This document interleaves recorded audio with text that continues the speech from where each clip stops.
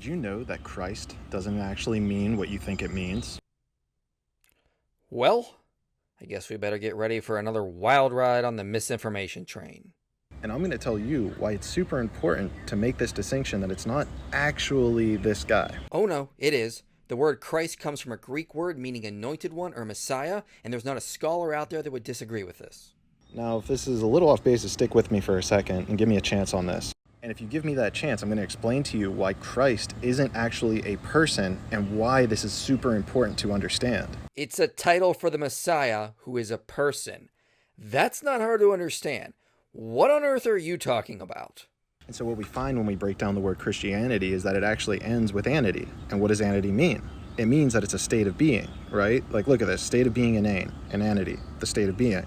So if we go back to our favorite word, Christianity, it literally means the state of being Christ. This is an etymological fallacy. You're defining a word by its parts and not what the word actually means. It actually means the state of being a Christian or a follower of Christ. Christ is essentially a state of consciousness. Don't believe me? Oh, there's not a snowball's chance in hell I believe anything you're saying, sir. All it takes is a simple search to search Christ consciousness, and it literally links to higher consciousness. Take note, everyone. This is the extent of this guy's ability to do research. He just Googled a term, didn't look beyond that, and assumed it was the original meaning. The Wikipedia article he is citing even notes this is a recently developed idea in the New Age movement. It is not what Christianity actually means, and it is not what the original title Christ meant.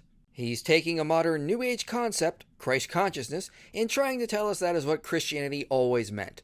That's like saying that ancient Greek texts that referred to Memphis, Egypt, were actually referring to Memphis, Tennessee. So the key issue arises whenever we are asking ourselves, what would Jesus do? The problem becomes that we're looking to somebody else's Christ consciousness in order to make a decision for ourselves. I highly suggest next time you find yourself in this situation, ask yourself, what would you, Christ, do?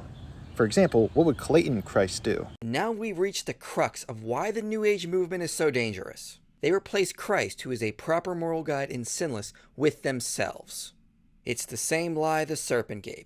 You don't need God to save you, you can be a God and save yourself. And if we know anything about human nature, that mentality will lead to hell and misery.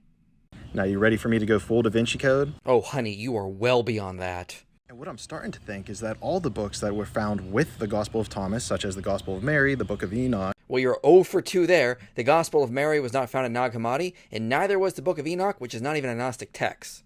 I believe that all of these are all telling us to find the Christ consciousness within ourselves. Again, Christ consciousness is a new concept. It is not a phrase that appears in the Nag Hammadi library.